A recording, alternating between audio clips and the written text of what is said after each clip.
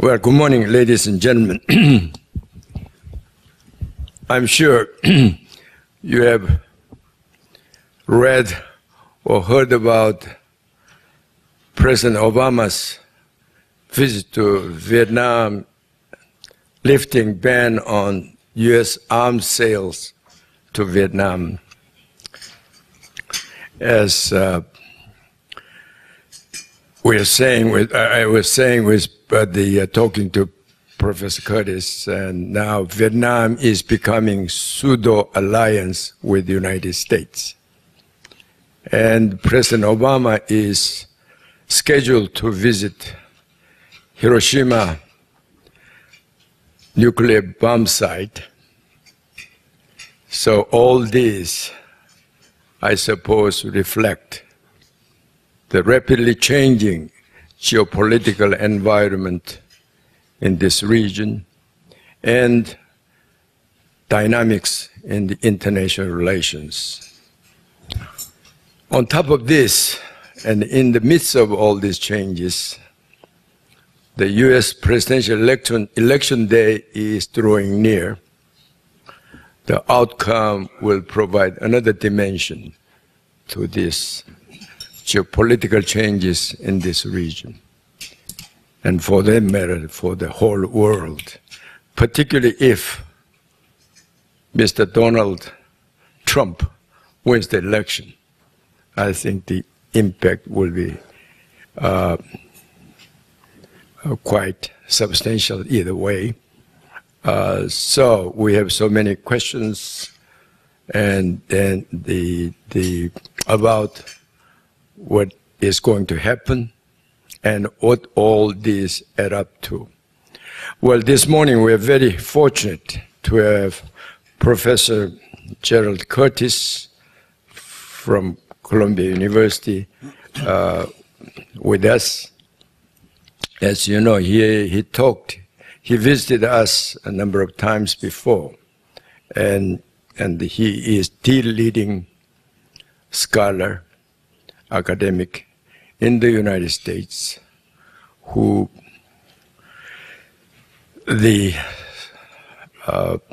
contributed so much to have the Western world to understand Japanese politics and the Japanese relations with the U.S. and geopolitics in this region. So he will enlighten us this morning with his illuminating views on this geopolitical environment and the U.S. relationship with Japan and the development in China, in Japan, of course, and North Korea as well. So I don't think we should waste too much time before he talks. But I just want to say, just say a few words about him, although you know him very well. Professor Curtis is Bergey's professor of political science at Columbia University since late 1990s. And he has been also the director of Columbia's Weatherhead East Asian Institute and distinguished research fellow at the Tokyo Foundation. He wrote so many books and professional journal articles about Japanese politics and the geopolitics. And he wrote some books in Japanese. Of course, he speaks fluent Japanese. I wish he spoke Korean, but anyway, he didn't have time, so he speaks Japanese fluently, and he wrote many books in Japanese.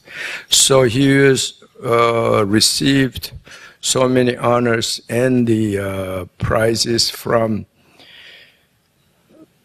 the Japanese organizations and media and the government. Among them included was in 2004, Professor Curtis was awarded the Order of the Rising Sun, Gold and Silver Star by the Emperor of Japan, one of the highest honors bestowed by the Japanese government. So Japanese society as a whole appreciate very much his contribution. Well, with this, no further ado, I would like to invite Professor Gerald Curtis. Please join me in welcoming him.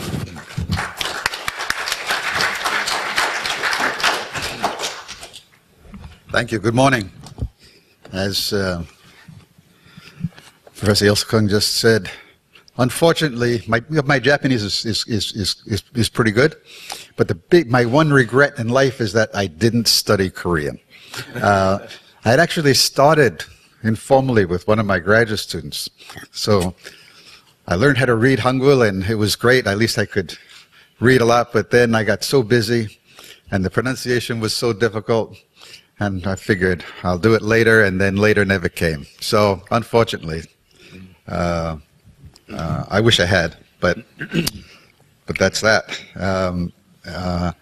And this morning, I'm really delighted to be back here. I think I was here a couple of years ago, and I enjoyed the Q&A and also the opportunity to share my thoughts with you. There's so many issues to talk about the geopolitics of East Asia and U.S.-Japan relations and U.S.-Japan-Korea relations. And we don't have that much time. I don't want to use up all the time speaking at you because I'd really like to have a discussion. I thought maybe what would be most useful would be for me to spend some time talking about domestic politics in the United States and in Japan, and what the implications are for what's happening in our countries for our foreign policy and for the region. And so let me talk a little bit about the United States presidential election. There's concern all around the world about what is happening in this election campaign and the possibility that Donald Trump might be elected. I think Hillary Clinton will probably win this election, but it's not a done deal. It's not certain that she will win. At the beginning of this month, there was a 13-point spread in popularity between Hillary Clinton and Donald Trump in Hillary's favor. As of this morning, it's a dead heat. They're tied in almost every poll, a statistical dead heat. And the trend is clearly, it's trending towards Trump at the moment. But, you know, it's early. The conventions haven't been held. Hillary Clinton is still involved in a primary battle with Bernie Sanders. So things will move further. I think at the end of the day, common sense will win out over frustration, anger, fear, and the other kind of emotions that Donald Trump tries to stir up to gain support, and that she'll be elected. But there are two things to keep in mind, or for us to think about. One is, why is he as popular as he is? And secondly, to distinguish between Trump, the man who will probably lose the election, and the phenomenon called the Trump phenomenon that will affect American politics and American foreign policy, even if he loses. There's a strong, needless to say, a strong kind of anti-establishment mood in the U.S. that is reflected in the support both for Donald Trump and for Bernie Sanders, who are two sides of the same coin, one on the extreme right, one on the extreme left, reflecting the dissatisfaction with so many people with politics as usual, with the establishment. And one reason Hillary Clinton is in trouble is that she epitomizes the establishment, the so-called limousine liberal, who is talks about the working man and the party being the party of the common folk, but spends all her time giving lectures for $250,000 a shot to places like Goldman Sachs and other financial institutions, and who hangs out in a rather rarefied atmosphere of well-off people. And this has become a big problem, I think, for the Democratic Party. So Trump is the candidate who advocating change and new initiatives, and it's not the first time this has happened. 8 years ago, when Barack Obama was elected president and defeated Hillary Clinton in the Democratic primary contest, what were his slogans? Yes, we can. A new beginning. So Barack Obama was the agent of change, and there have been a lot of changes over these past 8 years, but that have not satisfied the public. So now it's Trump. Trump will probably move more to the center as we move into the main election, but the fundamental issues that Donald Trump is trying to get support for will not change. Anti-immigration, anti-free trade, and isolationism.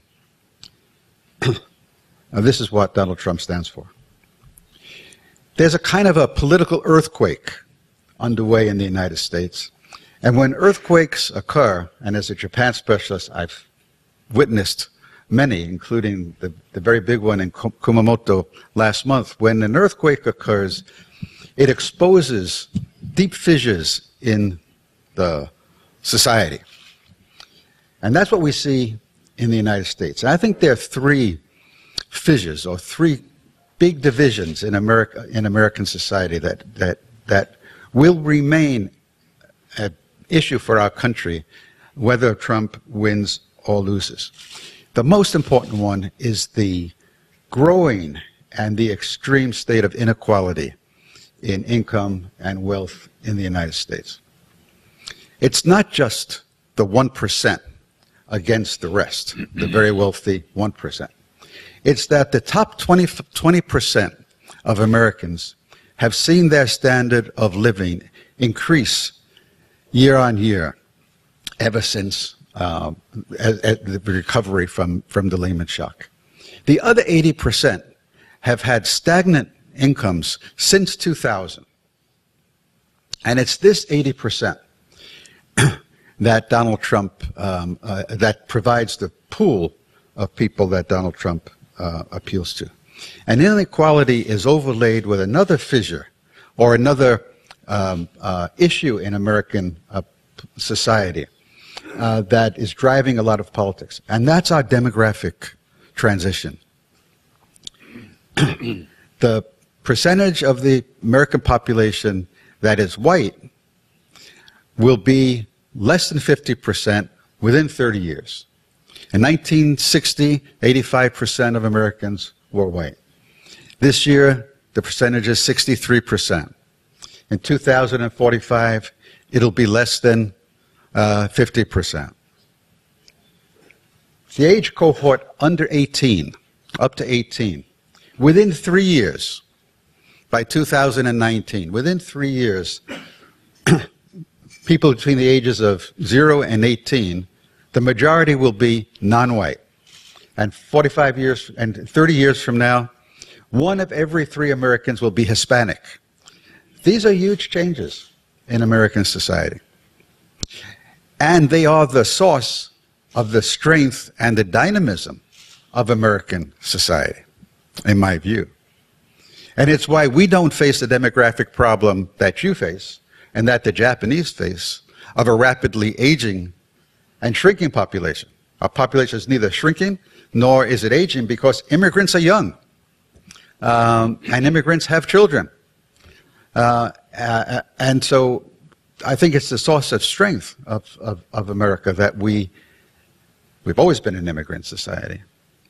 And that, so these figures I think, are healthy figures, a reflection of the strength of our country. But they are also the source of the frustration and the fear of a lot of people in that 80%, especially white working class people who feel their jobs have either been stolen by illegal immigrants from Mexico or others, or that their incomes have been depressed by free trade agreements that help American business but don't help the American working man. This is what Donald Trump is appealing to. And the point that I would stress is that even if Trump is defeated, as I hope, and still expect, as you can hear in the my tone of voice, not with a great deal of confidence, but I expect that he will be defeated. These issues are not going away, and they will affect the policies of the next president, even if it's Hillary Clinton. Both our political parties in the United States are deeply, deeply divided internally. The Democratic Party is divided between two wings. One is kind of the centrist, moderate, internationalist, basically free trade oriented grouping that Hillary Clinton represents. The other is the Democratic left wing, represented by people like Bernie Sanders, Senator Elizabeth Warren, protectionist, big government, and basically isolationist in its foreign policy. One of the interesting phenomena in the Democratic Party that's exacerbating this division between the center liberals and the left-wing progressive is a very interesting phenomenon, which is that among the affluent top 20%, there's growing support for the Democratic Party. The number of wealthy individuals who support the Democratic Party is increasing. The reason is that they're social liberals, women's rights, gay rights, concern about global warming. These issues do not have a receptive, are not well received in the Republican Party, where the Tea Party is so far on the right, and issues like the women's right for abortion and so on are rejected. So a lot of wealthy social liberals support the Democratic Party. About a quarter of voters for the Democratic Party, according to some estimates, are from the more wealthy members of our society. But they don't share the economic agenda of the left. As I say, exacerbating the divisions in the Democratic Party. The situation in the Republican Party is worse. There's the right-wing religious right, the evangelical fundamentalist right wing, represented by people like Ted Cruz. They're the moderates, kind of the Main Street Republicans, the traditional centrist Republicans. And this, in the primary campaign, the one who tried to represent that kind of more common sense centrist element got nowhere in the election. That was John Kasich, governor of Ohio, who won only in one state, his own state. And then you have Donald Trump bringing a lot of new people into the Republican Party and shaking up that party. So in the past, American politics was characterized by having a center-right party and a center-left party offering the public policy alternatives, but there was a center. There was an arena of consensus, an arena in which you could arrive at compromise. Look at the United States the last 8 years.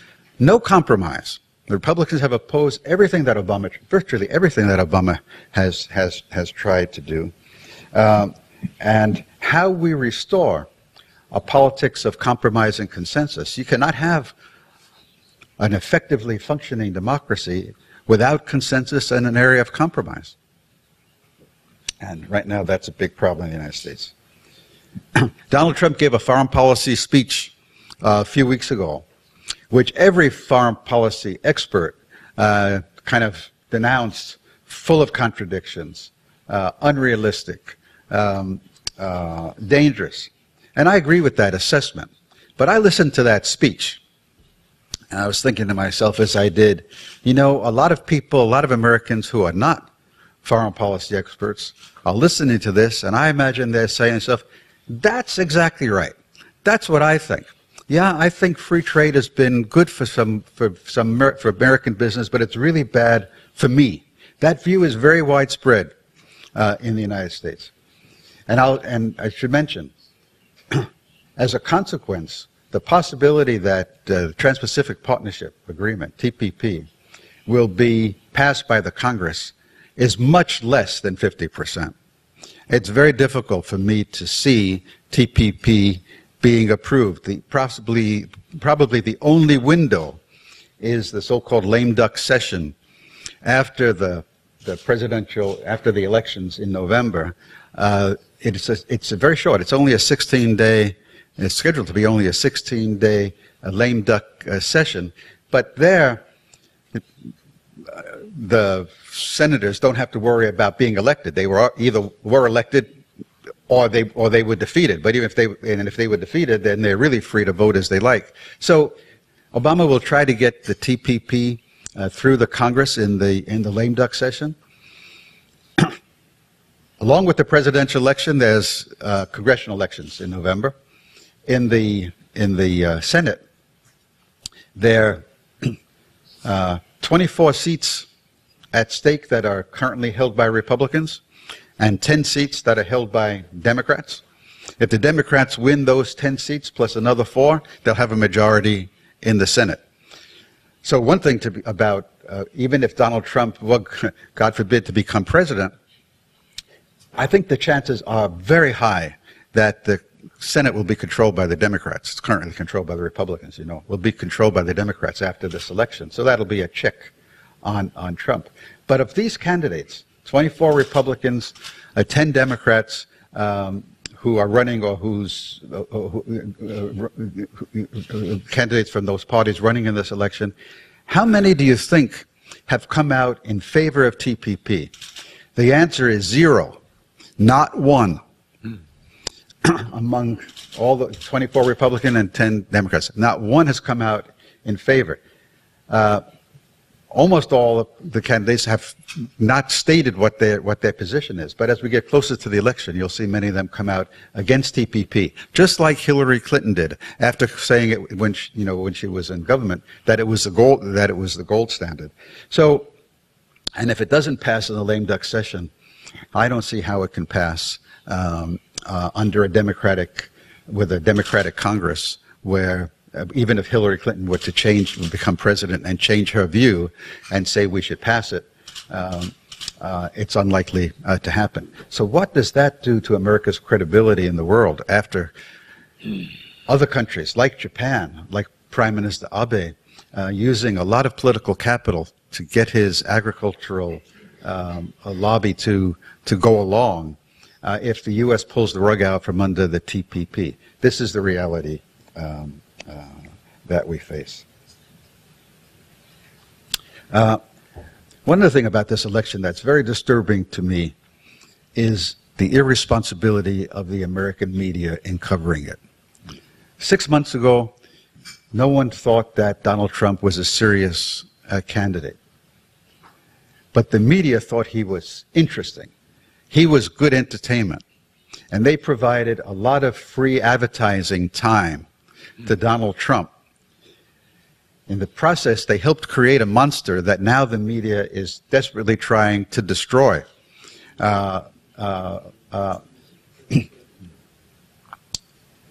One organization did an analysis of if you translated the amount of free television time given to the candidates, the amount of coverage given to the candidates, and translated that into paid advertising time, what does it look like? In 1 month, in the month of March, the numbers are very dramatic. In the month of March, Jeb Bush spent about $100 million on TV advertising. He got $600 million of free advertising, coverage that would translate into $600 million if he had bought it. Hillary Clinton spent about the same, a little more than $100 million. And partly because of her email problem, she got more attention, so it's not all positive, but she got about $800 million of free TV time. Donald Trump, he spent $10 million, 1/10 of either Bush or Clinton. In terms of free of time that he didn't have to pay for, $1.9 billion. That's Trump. That's the Trump phenomenon. The president of CBS television, speaking at some business conference in California about 3 weeks ago, said about this phenomenon, he said, well, Donald Trump may be bad for America, but he's damn good for CBS. The money keeps on rolling in. The ratings keep on going up. It's so much fun. Keep it up, Donald. Keep going. I remember the quote by heart because it's so infuriating to hear this man whose salary is $60 million a year providing free time to Donald Trump to stir up the emotions of people who are worried about having a job tomorrow. This is a media problem that I don't think we've seen in the way we see it this time. Well, I don't want to spend more time on this. I'll be happy to respond to your questions. I think the good news is that Hillary Clinton will probably win this election, and if she does, we'll see continuity in American foreign policy. We'll know who the key players are that are advising her and that will hold important positions, because there'll be people she used when she was secretary, that she employed when she was Secretary of State. But under Hillary Clinton, do not expect new American initiatives on free trade, because the public resistance to the support for more protectionist approaches is too strong to deny. And do expect that there'll be more pressure on Korea, on Japan, on NATO countries to carry more of the so-called burden of the common defense. You know what Donald Trump has said about Korea and about Japan. You either pay for us to stay here to protect you, or do it yourselves, get nuclear weapons, do what you want. You take care of yourselves and we'll take care of ourselves. So Donald Trump's view of the world is either we dominate it, and if we don't have enough power to dominate it alone, you help us dominate it by giving us the money to enable us to do that, or we'll retreat into isolationism. It's not a realistic alternative. We can't afford to retreat to isolationism, and we can't dominate the world, and we don't have a mercenary army. I tell my friends in the Japanese government, don't keep on making this argument that Japan spends more money on host nation support than any other American ally. That's not, it's good and it's important, and they'll probably have to spend more. But the implication that because they spend a lot of money on host nation support, therefore we should be satisfied with the security alliance, that's not the point. The point is that it serves our interests. It's in the interest of defending our own country that we have a security alliance with Japan. If it were not necessary, it doesn't matter how much money the Japanese would spend. We're not going to defend Japan to do a favor for the Japanese. So I think under Clinton we'll see more pressure on allies to do more, and a different position on free trade issues. But let me switch gears and talk a little bit about Japan. And then I think I'll just open it up for your comments. So when Abe Shinzo was prime minister the first time after Koizumi, right after Prime Minister Koizumi, his emphasis was on revising the Constitution, on rewriting history, on making Japan a so-called beautiful country. It wasn't really very much, he didn't have much of a focus on the Japanese economy and didn't have any clear economic policy. So he was like a different person when he came back into office this time, because he came back with a strategy, an economic strategy, and branded it as Abenomics and the three arrows. So the three arrows goes back to an old fable in Japan about a samurai telling his three sons, one arrow can be easily broken, but if you bundle three arrows together, then they're unbreakable. And so you three need to stick together. That's where it comes from. And so Abe's policy, or his strategy, supposedly was to bundle together three arrows that would lead to the strengthening of the Japanese economy. The first was monetary easing and setting an inflation target, monetary policy arrow. The second was fiscal stimulus, and the third was structural reform to encourage more private sector led growth. And so the Bank of Japan set a 2% inflation target. It was supposed to achieve it in 2015. It then postponed it to 2016. Now it's sometime in 2017, but they're not going to achieve the 2% inflation target.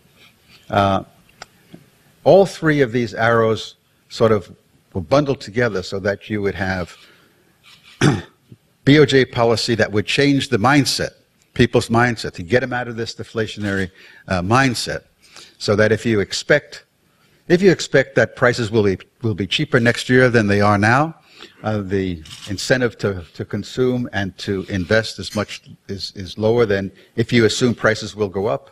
You'll go out and buy now and buy now rather than wait until later. And while the inflation expectations were changing, the government consumption would stimulate demand, and then major structural reforms would kick in and the economy would be self-sustaining. None of this has worked. So Abenomics, I think, has been a disappointment to the Japanese public. The inflation target is not being reached.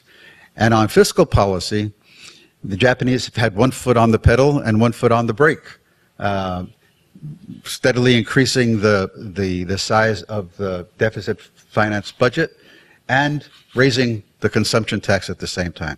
So as you know, one issue now is what Japan will do about the scheduled consumption tax increase from 8 to 10% that's supposed to kick in next April. And there's a lot of speculation that Abe will once again postpone the tax. I believe he's going to raise the tax on schedule, and in return, and compensate for it by having a very large supplemental budget this fall on the order of 10 to 15 trillion yen, 2 to 3% of GDP. And structural reform, there have been a lot of sort of under the radar deregulation moves and so on, but major structural reform, whether in agriculture or in the labor market or in other areas, simply has not happened. But if you ask Japanese, do you support Prime Minister Abe and his government? More than 50% in most polls say yes. Do you feel that Abenomics has benefited you? Most people say no. Do you agree with the decision to reinterpret the Constitution to permit collective defense? The majority says no. On almost every policy issue, the majority of the public doesn't support what the Abe administration has done, but the majority supports the Abe administration. How do you explain this inconsistency or this contradiction? The answer is not very difficult to discover. It is the question that isn't asked, but if it were, you know the result would be overwhelming support. It would be overwhelmingly the same answer. Do you think that if Prime Minister Abe were to be replaced, that things might be better in Japan? I would think 90% of the public would say, oh my God, no. It would only be worse, because the opposition parties have never been weaker, have never been more irrelevant. They don't talk about the issues that matter to people. There's no challenger in the LDP. The LDP had revolving door prime ministers after Koizumi, 6 and 6 years. The desire for stability is very strong, and it's it's a major source of Abe's strength. So I think you should assume that Prime Minister Abe will be Prime Minister at least through his second term, which is 2018. You never know in politics what might happen, but the chances that the LDP will revise its internal rules, it's not a constitutional issue, it's an LDP rule about the president being limited to 2 terms of 3 years each. That may well be changed, and he'll remain Prime Minister through the Tokyo Olympics. Someone very close to him told me, one thing Abe thinks about, the 3 longest serving prime ministers in Japanese history since Meiji. The longest serving Japanese prime minister was one called Katsura Taro before the war, 7 years and 11 months. The second longest serving prime minister was Sato Eisaku, 7 years and 6 months. And the third one was Ito Hirobumi, 7 years and about 3 months. They all come from Abe's election district. They all come from Choshu, from Yamaguchi. So if Abe gets his third term, he'll serve at least 8 years, and he'll be the longest serving prime minister in modern Japanese history. And I think the chances of that happening are real. There are 2 features of contemporary Japanese political system that are worth noting. One is their problem is exactly the reverse of the American problem. Our problem is that the center has collapsed, and we're being drawn into these into a division where it's hard to compromise. We have a party on the right and a party that's being drawn increasingly to the left and will be drawn further to the left because Bernie Sanders has done as well as he has. So we have a very weak and small area for compromise and consensus. Japan, there's no real division. You can't have a democracy without consensus. You can't have a democracy without real competition. And I think since the end of the war, there's not been a time where the opposition has been as weak and as irrelevant as it is in Japan today. So you can expect, I would think, that Prime Minister Abe's party is going to do well in the upper house election held in July. And there may be a double election, it's not clear. In other words, have an election at the lower house at the same time. His goal is to revise the Constitution. It won't happen. I think the strategy on that issue is after this upper house election, if the LDP wins a strong majority, it can't get two-thirds of the seats, which is what you need for to pass a constitutional revision proposal that then goes to the public in a referendum. But if he gets a majority of seats, to then come up with a proposal for constitutional revision, like introducing an environmental protection clause, which is what the Komeito, the ally party of the LDP, has been pressing, something non-controversial that would draw the support of members of opposition parties so they can break the taboo about this is a constitution that cannot be revised. It's never been revised since it was adopted in the late 1940s. So I think his goal in this next period is to get a non-controversial provision before the public in a referendum and revise something in the Constitution, just to break that taboo. And the next step would be to try to revise Article 9. I don't think it's going to happen, but it might later on. So this lack of consensus is one characteristic. The other that's very important is the excessive concentration of power in the Prime Minister's office. Japan never became quite like Britain, which was the model for its parliamentary system, in that it was a collective leadership.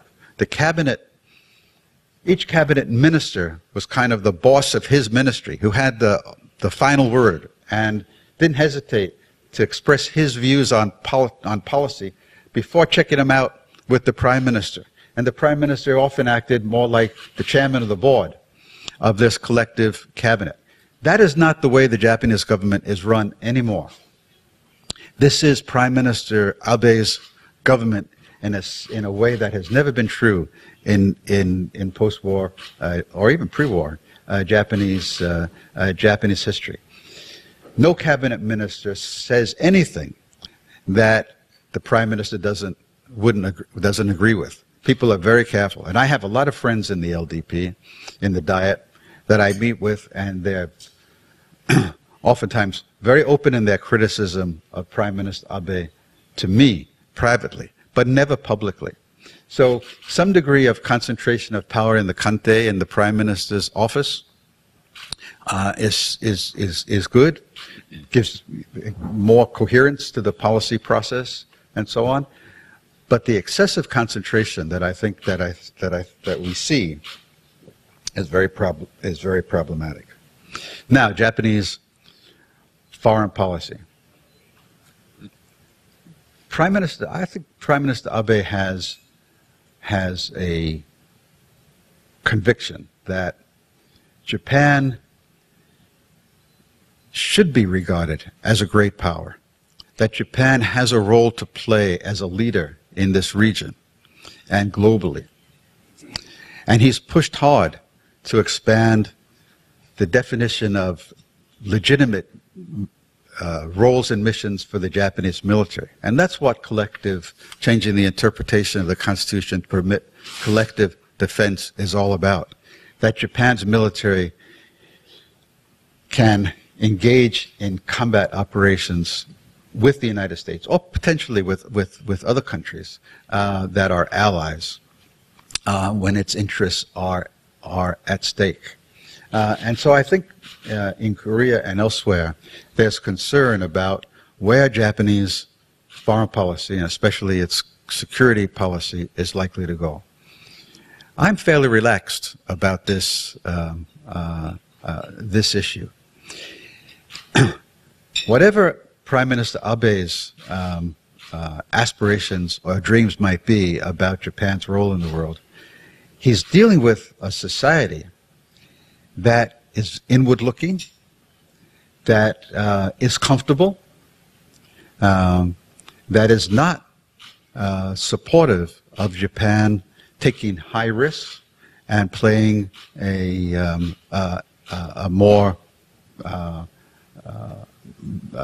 major role in international security affairs, in my view.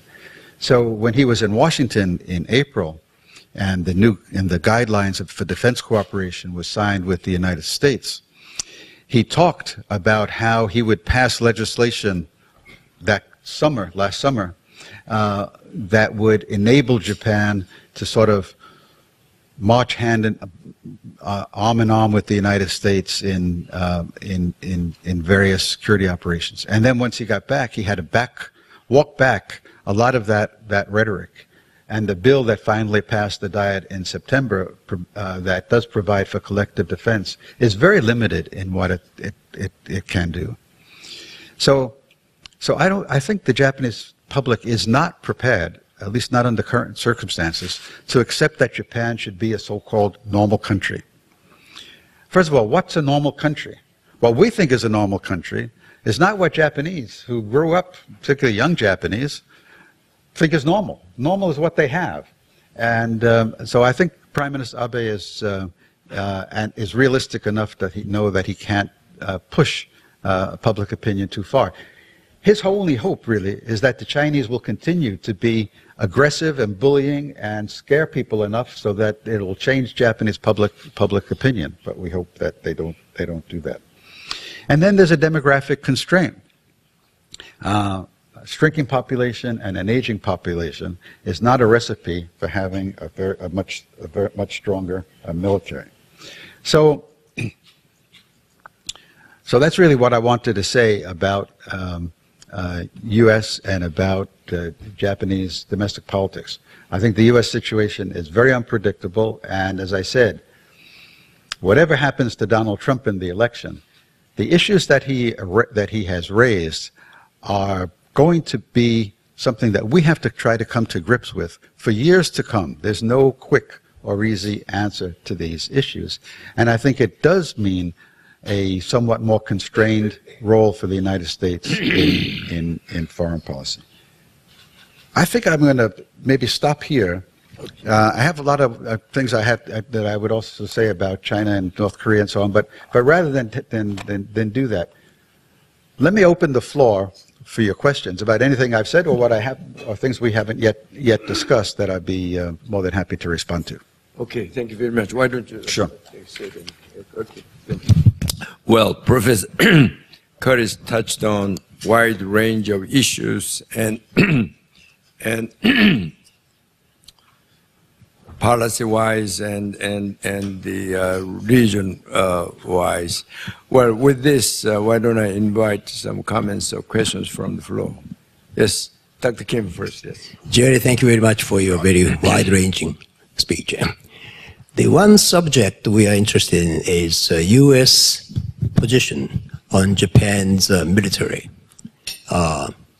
Clearly, in Asia, people are very much concerned about Japanese military, but in true sense, already more than half century has passed.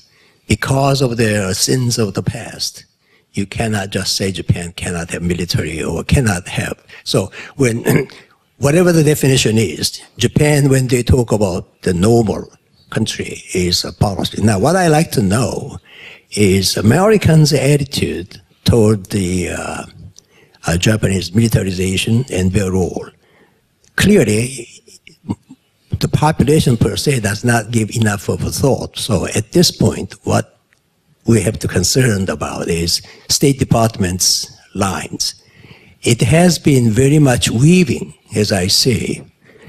At the end of World War II, GHQ of MacArthur clearly enforced the non-militarization of Japan, and he was very adamant about that. At the same time, State Department has been coming along, particularly after Red China's success, toward Japan's militarization. Now, Kishi executed that the security agreement despite the fairly noisy population opposition. What do you think is U.S. State Department and U.S. leadership is a real form line policies from here on? Thank you. Thank you. So let me say a couple of things. First, something before actually directly answering that question, something about Japanese elite views on the U.S.-Japan alliance. One of the big changes that has occurred in Japan is that the Japanese right wing, that is those more on the right in the LDP, who have always argued, they actually have an argument very similar to Donald Trump. Japan should do more for itself. Japan could be independent. Japan can take care of itself. That's the right-wing line. I think if Donald Trump were to win, by the way, those who would be happiest in Japan and would benefit the most politically is the Japanese right. But what has changed the calculus is China. Even on the Japanese right, leaving aside the real crazy people at the far end, but on the Japanese right, there's the view that there is no way for Japan to defend itself against China without alliance with the United States. So that support for the alliance has spread both to the right and to the left. I think there's much wider support for alliance with the United States than ever before in Japan. There's much more bipartisanship on this issue than you would guess from listening to the rhetoric that people like Mr. Okada, the head of the Democratic Party, use about repealing the national defense legislation and so on. They don't mean it. It won't happen. The importance of the alliance is very strong. Now, about the United States. Before getting to the question of what the State Department, or more importantly, the Pentagon view is of Japan's military role, here's the problem. After the Second World War and after we signed the security treaty with Japan, we criticized, the United States criticized Japan for taking a free ride. But the feeling in the Cold War, the view in the Cold War was, yes, Japan is getting a free ride. We want Japan to do more. But even if they don't, we need the bases in Japan to have the forward projection capability, ability to project our forces from Japan. And we can afford to pay. We can afford to give Japan a free ride. The big change is the view in the United States that we really can't afford to give anybody a free ride anymore. This is changing the dynamic. And as far as what the Japanese military could do, well, what was the reaction to the new security legislation in Washington? Disappointment. Disappointment that Abe did not go further. When he was in Washington in April, John Kerry had a press conference in which he said with great enthusiasm and joy that Japan has now committed to defend American territory. Well, it didn't commit to defend American territory. And and Abe came back and said and told the public that wasn't the case. I think the American view, there are lots of American views, but if you think about the government view, I think the Obama administration view, the Republican view, and the view of the next president, whether it be Hillary Clinton or Donald Trump, is that the U.S. would like to see Japan do more militarily, expand the roles and missions of the self-defense forces, be able to join the United States in combat operations in various parts of the world where our common interests are at stake. As I said, I don't believe there's support for that in Japan, but that is, but the U.S. is realistic. What they would like to see, what we would, I think what the Pentagon would like to see Japan do, and what is not what we're going to get, but we'll keep on pushing the envelope. One current big concern in Washington is this most recent murder of a young Japanese girl in Okinawa, a 20-year-old girl who was murdered by an American who works for the military. He's no longer in uniform, but he works for the military in Okinawa. There's great. We don't know how big the protests are going to be, but it relates to, it's being linked to the proposal, the movement of this marine base from Futenma to Henoko and so on. So Okinawa is a time keg, a time bomb that can go off at any moment. Anyway, the short answer to your question is, the more the better, I think, is the American view, frankly. I don't think there isn't the concern you find in this region about Japanese militarism, about Abe's historical revisionism, and that's also reflected in the decision by Obama to visit Hiroshima. The past is the past. We're looking to the future. Japan is a great ally. We want it to do more. Now, I'm not speaking of my personal view, but I think that, as far as I can tell, is the dominant view among policymakers in Washington. Okay, Ambassador Che, please. Thank you very much for such a valuable lecture this morning. I have two questions. One is Japan-China relations. Suppose that one of Japan's foreign policy goal would defend the expansion of the Chinese influence in Western Pacific. And if that would not work, maybe Japan would pursue the balance of power, at least between China and Japan. I'm sorry, say it again. Balance of power. Yeah. If the containment of China would not be possible, then Japan may pursue the balance of power between China and Japan. Japan alone cannot defend, cannot strike a balance of power vis-a-vis China. Then Japan needs U.S. assistance and U.S. help. Maybe that would not be enough. Japan may also get support from neighboring countries. Prime Minister Abe has taken a very strong domestic politics and very assertive diplomacies, but the hanging over the history is clouding the waters continuously in this region. What is the politics of Japan behind this situation? And second question is TPP. 4 years ago, we have experienced in the election campaign of U.S. President Obama and the Hillary Clinton as a presidential candidate. They opposed the ratification of Korea-U.S. FTA, but later on, they supported. Can Donald Trump also support the TPP after, if he would be elected as president? Yeah, good, thank you. So first about Japan and China, and it's true also about the U.S. and China. There is no way to contain China. One thing that concerns me about the attitudes of a lot of the Japanese leaders that I talk with is that they think we need a containment policy against China.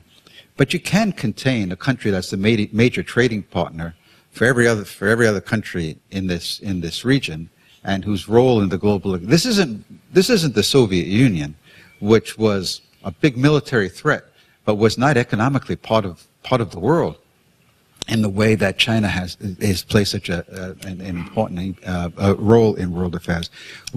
The strategy towards China has to have two pieces to it: a balance of power in the region and an engagement strategy.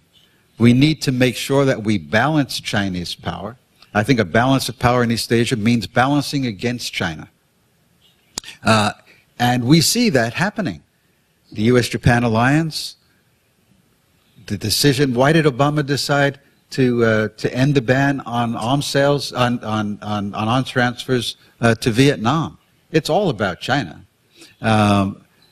The returning, in a sense, returning to the Philippines, and so on and so on. Japan is developing security relations with many ASEAN countries, with Australia, tried to sell submarines to Australia and failed. But the effort to find a way to maintain a balance of power is one aspect of what Japanese policy is about. And the other that needs to be emphasized is engagement. You cannot insist that the Chinese be a responsible stakeholder in the world affairs and not give them a stake to hold. So I thought it was a very big mistake for the U.S. and Japanese governments to say no, sort of in a knee-jerk manner, to the Asia Infrastructure Investment Bank. You know, if we had reformed international economic institutions, that'd be one thing. But the presidency of the World Bank is always an American. The IMF, it's always a European, usually from France, and the president of the ADB is always a Japanese. Well, if the Chinese aren't given a place at the head table, what are they going to do? They'll create organizations of their own, and that's what we see going on. So I think we need to combine this engagement strategy with a balancing strategy. One thing to be said about Prime Minister Abe is, unlike almost any prime minister, I think unlike any prime minister since Prime Minister Yoshida after the war, he actually has a foreign policy and a security policy strategy. And his security policy strategy is very simple in conception and pretty sophisticated in implementation. It has three prongs. Japan does more for itself, it does more to strengthen the alliance, and it does more to develop security ties with other neighboring countries, Australia, India, hard to think of India as a neighboring country, but it increasingly becoming part of this region. Vietnam, the Philippines, and if Japan and Republic of Korea can somehow get these issues about history off the center stage, then more security cooperation between Japan and Korea as well. So I think that's the way Japan is approaching the China issue. And the point you make about history, sort of the overhang of history. Well, it's true here and in China, but it's not very important any longer in Southeast Asia. It's not. The further you move, so Japan's problem is that its most difficult relations are with the countries right closest to it, China and Korea. But as you move further away, these issues are really receding into the past. And frankly, I think it creates a perception, well, I'll be blunt. In the United States, there's a perception that Korea doesn't want to let this issue go. They won't let it, that Korea won't take yes for an answer. Whether it's the right perception or wrong, we can discuss. But it's truly the case. So I think this history issue it plays in many different ways. And anyway, so much for that. And on TPP, yeah, it's possible. I can't imagine Trump changing his view on TPP. He wants to repeal NAFTA, as well as not approving TPP. Hillary Clinton may find a way. Would probably try to find a way to move back from her position of opposition to TPP. And I think you can't renegotiate the treaty, but you can renegotiate details about how to implement a lot of the provisions in TPP, and that's what she would try to do. But I find it very difficult to see how a Democratic-controlled Congress, even if the president were Hillary Clinton and came out in favor of the TPP, I don't think she could bring her party along. And so the idea that the Senate would approve the treaty seems to me, unless she has a very sophisticated strategy to say, this is not a question of economics. This is a question of America's credibility in the world. And it undermines our security interests if we don't approve this. That would have to be the argument. Whether she could sell it, it'll take a lot of time. At best, it would take a lot of time. So I wouldn't hold my breath about TPP getting approved anytime soon. Okay, last round of questions. Okay, so many hands, and yes, and then another Ambassador Park, yes, and Professor Cho, and there is one from the press corps, and President Chair. Just make your question brief, please. 순복음 영산대학원의 강철승입니다. 제가 묻고 싶은 것은 그러면은 한국은 어떻게 거기에 대처해야 하느냐. 첫째, TPP 관계 우리 한국이 미국 편에 드는 그것에 어정쩡하게 해가지고 저는 우리나라는 FTA로 봐보는 우리나라가 선진국이라고 생각하는데 TPP에 중국의 눈치를 보다가 TPP에 초창기에 가입하라고 그랬을 때 안 했어요. 또 우리가 동북아 한중 FTA를 그걸 의식을 해가지고 또 안 했는데 AIB에 우리는 한국은 그것도 초창기에 일찍 우리가 미국을 의식을 안 했더라면 미국 초창기에 일찍 그것을 추진을 해가지고 했더라면은 지분율이나 우리가 한국의 지분 그런 것들을 제대로 할 수 있었을 텐데 미국과 중국의 눈치를 보다가 TPP도 어정쩡하게 돼 있고 AIB도 어정쩡하게 됐고 한중 FTA에 관한 문제도 한중 FTA가 체결은 됐지만 그것으로 인해서 일본과의 우리 관계가 더욱더 멀어져 버린 상태다.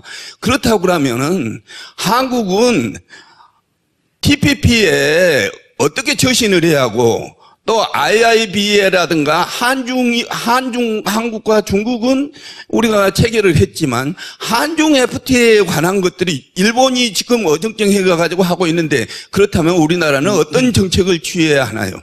Okay. Yeah. Ambassador Park, please. Yeah. I have some questions on the possible going nuclear by Japan. As you might be well aware, North Korea will continue their emphasis on upgrading nuclear capability in three areas. One is delivery capacity, second, miniaturization, third, re-entry capacity. If North Korea crosses a certain threshold, Japan might think about their own going nuclear policies. There might be many definitions on what do we mean by going nuclear. So when my question is, when do you think Japan seriously considers such kind of going nuclear policy? And what, in that case, what kind of chain reaction might be possible in this situation, including Taiwan? Thank you. Okay, now, Professor Cho, and why don't you collect all the questions and then I have Professor Curtis to respond. Thank you, Professor Curtis, for very illuminating speech. I would like to learn what have made U.S. politics deteriorate so badly recently. U.S. is the country which has the leading intellectuals and also leading press, and also it's a leading democracy. And I believe U.S. is perhaps the most resourceful country in people, institution, and knowledge. And what is that in your view that makes U.S. politics and journalism, press deteriorate very rapidly recently? Okay, now from the press corps, please, and then President Che. Thank you for your speech, Professor Curtis. It's a very simple question. Hillary Clinton, a few days ago, she said that her husband, Bill Clinton, the former U.S. president, will fix the U.S. economy if she will be ever elected as U.S. president. So I think there is apparently the sentiment. So just many Americans probably want to bring back the good old days before the global financial crisis. So do you think such nostalgia-driven approach will have an effect to the U.S. election? Okay, the last question from the... Thank you very much for your enlightening lecture. I have a small economic question. Japanese have a minus interest rate. As I hear that the minus interest rate in EU countries seems to be working. However, that minus interest rate in Japan doesn't look like to be working. Why is that? Thank you. Okay, that's enough to entertain you. Thank you all for those very good questions. I don't really have a good answer about the FTA question on Korea. That would be my question for all of you to educate me on what Korea should do about the TPP. But I would think that if TPP is approved by the Congress and comes into effect, that becomes it becomes very important to be part of that game, to be part of that grouping. I can't imagine that. So I would think that would lead Korea to want to seek accession to it, and the goal should be to draw China into the TPP at some point. So it's really unfortunate that in order to try to sell TPP to the Congress, Obama has resorted to this line: if we don't set the rules of international trade, the Chinese will. Well, the Chinese are having enough trouble setting rules for themselves, much less setting rules for the world. But it makes it sound as though TPP is aimed at containing China, which was not the initial purpose at all, and that should not be the goal, and it's unattainable if it were the goal. So, I personally think that it's important to pursue several different approaches to opening up to free trade at the same time, and a Japan, Korea, China FTA, the TPP. I'm not a trade specialist, so I'm speaking really more as an amateur, as a political observer of these issues. But I don't think there's a mutually exclusive, and shouldn't be seen as mutually exclusive. On Japan going nuclear, it won't happen as long as the U.S. commitment to Japan's defense remains credible. That's what it hangs on. As long as the U.S. Nuclear umbrella is seen as credible, I think that will. There's so many negative aspects to going nuclear, including tearing Japanese society apart because there's been no consensus on doing so, and leading to proliferation in the region, including right here in South Korea. I think in the U.S., there's much more talk about the dangers of South Korea going nuclear than of Japan going nuclear at the present time. So it might happen. I don't think so. And I think we should, the North Korean nuclear threat, the fact that North Korea possesses nuclear weapons and is obviously in the process of developing the ability to miniaturize them and to stick them on a missile that can reach Guam, possibly even reach at some point the west coast of the United States. It's a reason for concern. But frankly, we should not exaggerate the North Korean threat. I don't think Kim Jong-un is irrational.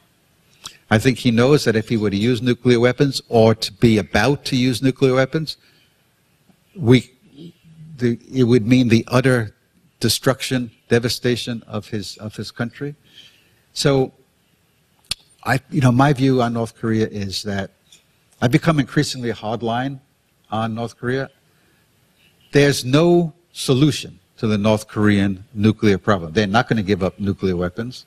We can offer all the carrots we have, and that won't work. We can be very tough on sanctions, and that won't work as long as the Chinese, at the end, refuse to impose the kind of sanctions that might lead to chaos and the collapse of the regime. So I think we have no alternative.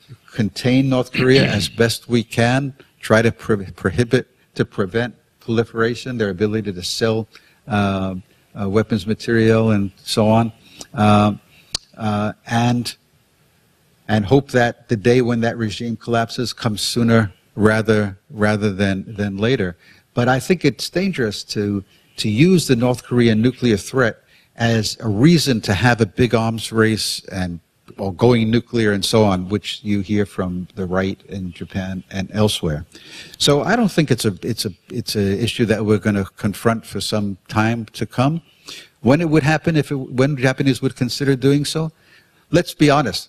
The Japanese are 1 minute before midnight on going nuclear. That is, they can go nuclear within a matter of months once the decision is made. So they've always kind of hedged their bets on this issue, and it all relates to the credibility of the American commitment. So Donald Trump becomes president. He pulls American troops out of Japan, tells the Japanese take care of themselves. If you can imagine such an unimaginable scenario, you could imagine Japan going nuclear. But I cannot really imagine that coming to pass.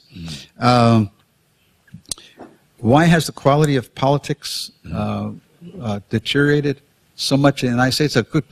It's really a very good question, and it has. So some of it has to do with with things unique to the U.S., some are structural features that I think are common to a lot of our countries. Why is it that only 2 people decided they wanted to try to become the presidential nominee of the Democratic Party? One, a 60-year-old woman who is the wife of a former president who ran 8 years ago and was defeated and should have thrown in the towel at that point and said, okay, I gave it my best shot and I didn't make it. I'll do something else with the rest of my life, make a lot of money for the Clinton Foundation. Why is it only Hillary Clinton and a 74-year-old socialist who wasn't even a member of the Democratic Party until last year? Why are they the only 2 people who are running for office? Why in South Korea, with an election coming next year, no one is able to tell me who the likely candidates are going to be and who's really popular in this country? And that maybe you just have to bring back someone who's leaving another job, Secretary General of the United Nations. Why in Japan is Abe's popularity high? Because there's nobody to compete with him. So there's a leadership deficit in all our countries. It's true in Western Europe as well. Why do we face this lack of talent wanting to go into political career? There's a common issue here, and it may have to do simply with the complexity of leadership, of what it means to make policy in this world that we live in, that is sort of beyond any individual's capability. And so why go through, it cannot be fun. It cannot be fun to be President Park at the current moment. I don't think so. I think a lot of people are just not opting for political careers, and in the U.S., I don't know. There's a lot. Why we have this deterioration? I think part of it. I think there was such a strong reaction against President Obama on the Republican right that has just exacerbated the divisions in our country. For whatever reasons, the unwillingness to compromise has just become so much worse over these past 8 years than it was before. So I'm sure there are lots of there are other reasons as well. Bill Clinton's effect on the election. I think it's a reflection of Hillary Clinton's growing anxiety, uneasiness about her campaign, about her election prospects that are leading her to do 2 things that strike me as probably not going to work. One is to say, you don't want to have Donald Trump as president. He's dangerous. I agree. But that's not a way to get someone to say, then I'll vote for you. Just by saying the other candidate is too dangerous, so vote for me, is a way to say, I don't really have a positive message why you should vote for me. I have a message, a negative message, why you should vote against the other guy. I don't think people get elected that way, not easily, at least. So I think I don't think that's a wise strategy. And then to say, she's going to put Bill Clinton to work, he'll fix the economy. She's the president. She's the one who's supposed to fix the economy. Why is she saying that her husband's going to fix the economy? Because she's desperate. She's increasingly desperate, I think, is the answer. So that worries me. I want her to be, the problem with Hillary Clinton, who I hope will win, but the problem with Hillary Clinton is that when she talks about her experience, about her accomplishments. She talks about the past. Voters want to know about what you're going to do about the future. What are you going to do to deal with my anxieties? Not with your desire to reach the highest office in the land. What are you going to do for me? There's not enough in her talk about that. Now, the minus interest rate policy in Japan. I speak with great hesitance on these kinds of issues, sitting next to the man I'm sitting next to. But I don't have any choice. I got to talk, so I'll say it. But what strikes me, it's not only about minus interest rates, but it's about the BOJ policy in general. It's that it's based on some assumptions that don't make sense to me, and I don't think makes sense to a lot of Japanese, which is that here, you can borrow money, buy a house, buy an apartment. It won't cost you anything. You can borrow the money basically free of charge. You know, the interest rate is so low. To the banks, don't leave your money with us, the BOJ, because if you do, you're going to have to pay for it. So lend it out, because that's what the minus interest rate is supposed to accomplish, right? So get it out of the bank. Don't just store it at the Bank of Japan and earn, you know, a little bit of interest on it, which was the case until the minus interest rate. Now you're going to have to pay a little bit to leave it with the bank, so you'll lend it. But who's going to borrow this money? That's what we've seen with the failure of the inflation target. You cannot convince people that because things are going to be more expensive next year, go buy something now if people are worried about whether they'll have a job next year, whether their incomes will go up next year. So with this low wage, you know, there's been a little bit of wage increase over the past 3 years, but it's very low. One of my students, who's an anchor on a Japanese TV news program, one of the networks, and I had lunch the other day, and I thought what he said captured. He said, I have 2 young children. We're renting an apartment. I want to buy an apartment. I can borrow the money for almost nothing. But I don't know what's going to happen to this economy. Will the apartment that I buy be worth as much? Will the value of the apartment appreciate over the next years, or will it depreciate? I'm not confident. Will my salary increase in the coming years, or will it go down? I don't know. I'm too nervous to buy an apartment now. And so he continues to rent. You hear this refrain over and over again. So I think the assumption that an inflation target, minus interest rates, throwing a lot of money out at people would lead them to consume. In the United States, it seems to work, but I don't think it's working in Japan. I don't think it will work in Japan, and that's because the psychology, it's not a deflationary mindset. It's a mindset that says we're not confident about the future of our country, of its economy, and if I'm not confident, I'm going to be very risk averse and not not spend. So I think that's what's going on. Yeah. Well, by the way, Mr. Che is a former president of one of the leading Korean banks. That's why he's not used to negative interest rate. Well, anyway, so we have to let the Professor Curtis go. He has to head for the Tokyo this afternoon, so we have to let him go. But on behalf of the Korean general public and audience here, let me pose this question.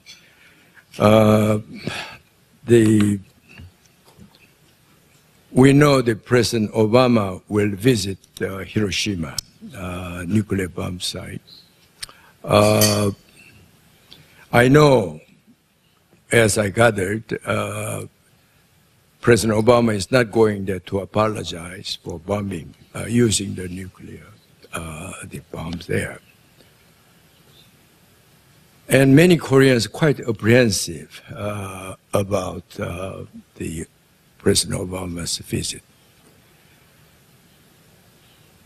Now, I can see why Obama is going there, because he is against this proliferation of nuclear weapons. However, many Koreans are wondering, and including myself, then why Abe? Why President Obama's visit to Hiroshima gives a big advantage to Abe? If Obama is not staying there to apologize, and why Japanese audience Japanese public welcome the Obama's visit there? Unless Obama, it is symbolically somehow is a gesture to apologize. And many Koreans the intellectuals, leaders here feel that the sequence of visit is wrongly sequenced. Abe should visit Pearl Harbor first and apologized what Japan has done for the Second World War. And then, of course, President Obama can visit Hiroshima, wherever. So the sequence doesn't seem right.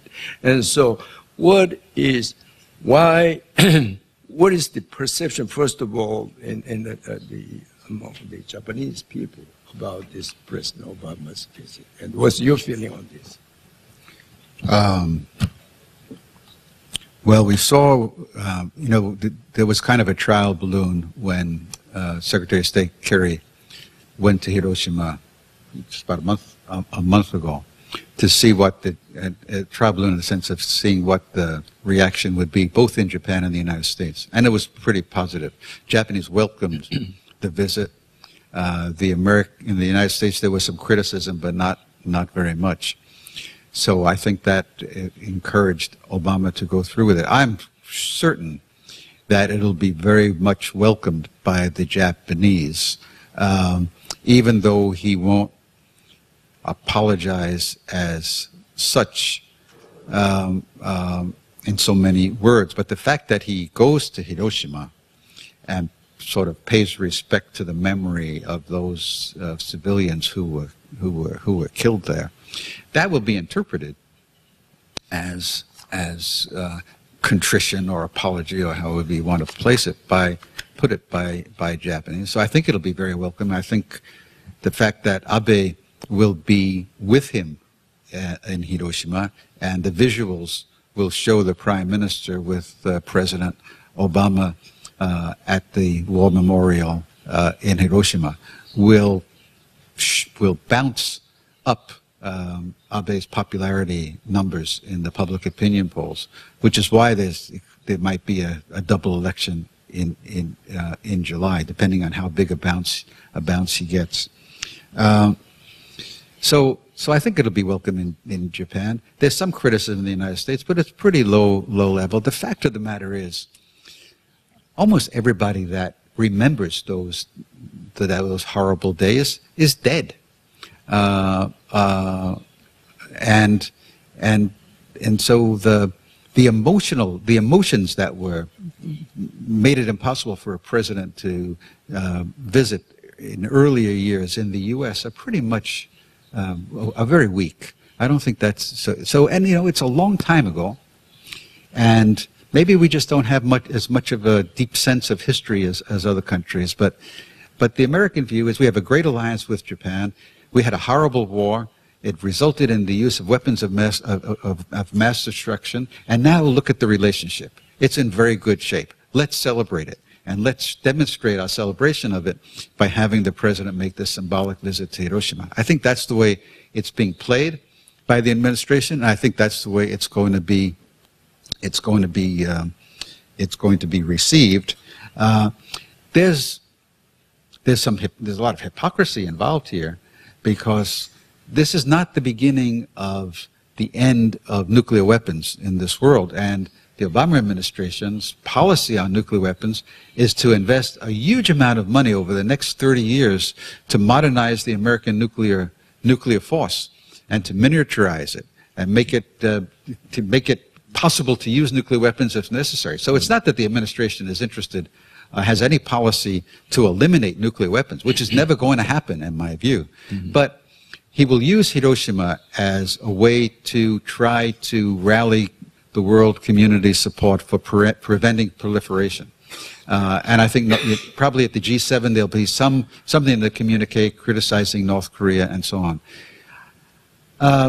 The sequencing of it, well, there's a timing issue. He's not going to be president long enough to make the sequencing any different than what it is. I assume there's an implicit understanding that Abe will visit Pearl Harbor, maybe on December 7th or December 8th in East Asia time.